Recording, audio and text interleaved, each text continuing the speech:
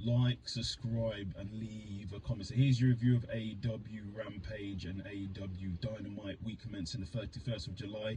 But if you're in America, it's probably the week before. But here we go. So it starts with a tag team eliminator match. I think this is everybody in it. So it's Dark Order versus Big Bill and Brian Cage versus Jay and Singh versus the Butch and the Blade versus Ethan and Zay versus JS, part of the JS, Matt Hardy, Matt Sydal, just to name a few. Really good match. Go and watch it. I haven't seen it because obviously all the matches on AEW are always awesome. But in the end, Brian and Big Bill won the match. Then we have Commander versus Kip Sabian. Yeah, really good match. Go and watch it. You haven't seen it. But Kip Sabian doesn't win matches, so Commander won. Then we have the Kingdom versus some guys. Really good match, but in the end it was a squash match basically, and Kingdom won. Then we had Nyla Rose versus Shida in a decent match. Obviously both of them are really good wrestlers. So that was the main event on Rampage, but in the end Shida wins. Then we go to Dynamite. So Dynamite starts with Chris Jericho and Tanoski versus Danny Garcia and Sammy Guevara. Really good match. Obviously it's a bit of a shock that Chris Jericho will go against his own teammates, or his former teammates, but in the end Chris Jericho wins, and it looks like he might be siding with Don Callis and his family. Then after that, Tony Khan basically wants to thank everybody in AEW. He has like a clip that shows everybody winning and where they've come from, where they're at right now, so that was pretty cool.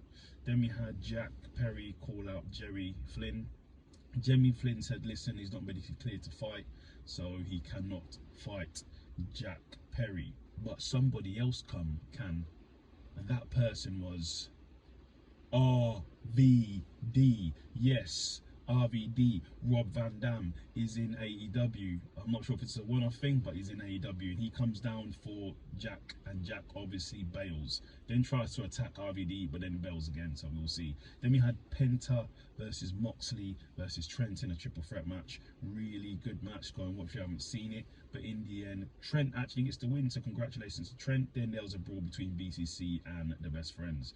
Then RVD said basically he's back to wrestle Jack Perry, so we will see. Then MJF comes out. He talked about a whole story, how he has some disorders, how he was bullied when he was younger.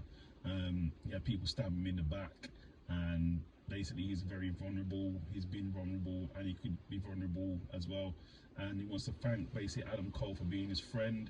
And Adam Cole comes out basically saying he's very proud of MJF, and so is the crowd. MJF doesn't think Adam Cole deserves a title match. He thinks Adam Cole deserves the biggest title main event in all of AEW, and he's offered Adam Cole a title shot at All In, and they both hug. So we will see what happens. Then we have the Elite versus Jeff, and Singh in a decent match. Obviously there was interference from Hangman Adam Page, but in the end the Elite win, and they announced they're going to be staying with AEW because they have just re-signed.